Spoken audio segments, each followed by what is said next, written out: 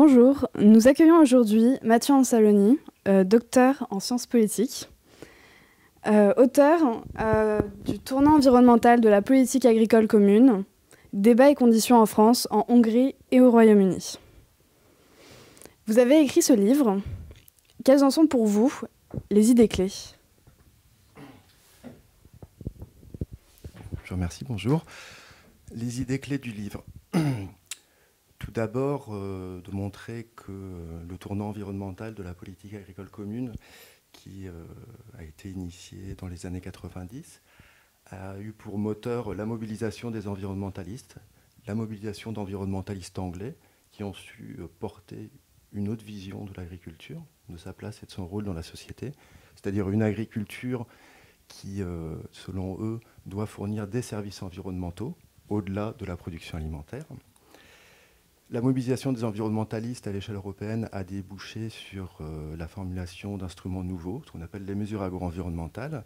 Et deuxième idée importante, la mise en œuvre des mesures agro-environnementales s'est traduite dans les États membres, mais aussi dans leurs régions, par des politiques agro-environnementales hétérogènes, très hétérogènes, à tel point qu'il est difficile de parler véritablement d'un tournant environnemental de la politique agricole commune, dans la mesure où on assiste à de multiples appropriations de ces instruments dans les États membres, et il y a plus lieu de parler de tournants environnementaux de la politique agricole commune.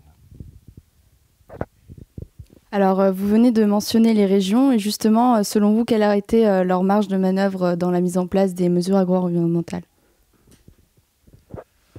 Alors, concernant les régions, en fait, on constate, moi j'ai travaillé sur 4 régions principales, donc au Royaume-Uni, l'Écosse et East of England, et en France, la Bretagne et Midi-Pyrénées. Donc on constate que les régions s'investissent de manière très différente dans le débat sur l'agro-environnement, ont une implication très différente dans la formulation de politique agro-environnementale. Certaines, par exemple la région Bretagne, ont eu un investissement massif, un investissement mené par les élus régionaux, mené par les élus départementaux, et qui ont su infléchir la politique agro-environnementale en lui conférant un budget assez important dans la région, et également en plaçant ce budget sur des mesures qui ne sont pas celles favorisées par l'administration agricole française, par l'État français. Donc il y a de véritables marges de manœuvre, mais qui sont inégalement exploitées par les régions. Et bon, ça pose la question des conditions de l'engagement des régions, mais je ne pense pas que je vais développer ce point maintenant pour des questions de temps. À propos de la France, maintenant, en quoi le Grenelle de l'environnement a-t-il changé la donne ? Est-ce qu'il a permis aux environnementalistes de gagner en influence ? Moi, il me semble que le Grenelle de l'environnement a permis de mettre à l'agenda des problèmes nouveaux, des problèmes qui étaient anciens, mais qui ne figuraient pas sur l'agenda agricole, ou qui ne figuraient pas aussi haut, disons, à l'agenda agricole. Par exemple, la question des pesticides. L'État français s'est engagé très fortement dans la réduction des pesticides. Cet engagement est un fiasco, on pourra en parler si vous voulez.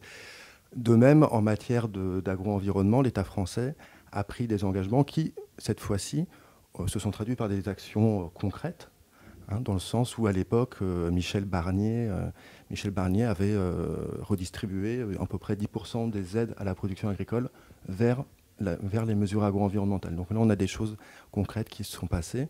Alors pourquoi ? Il me semble qu'il y a 2 raisons. C'est que d'une part, le Grenelle de l'environnement a permis de mettre autour de la table de négociation, outre l'administration agricole, outre les principaux syndicats agricoles, des environnementalistes, les collectivités territoriales. Donc il y avait une ouverture des négociations.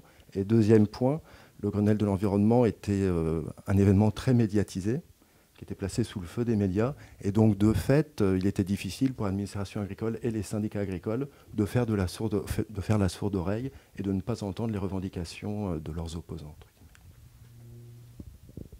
Merci beaucoup, Monsieur Ansaloni, pour ces réponses.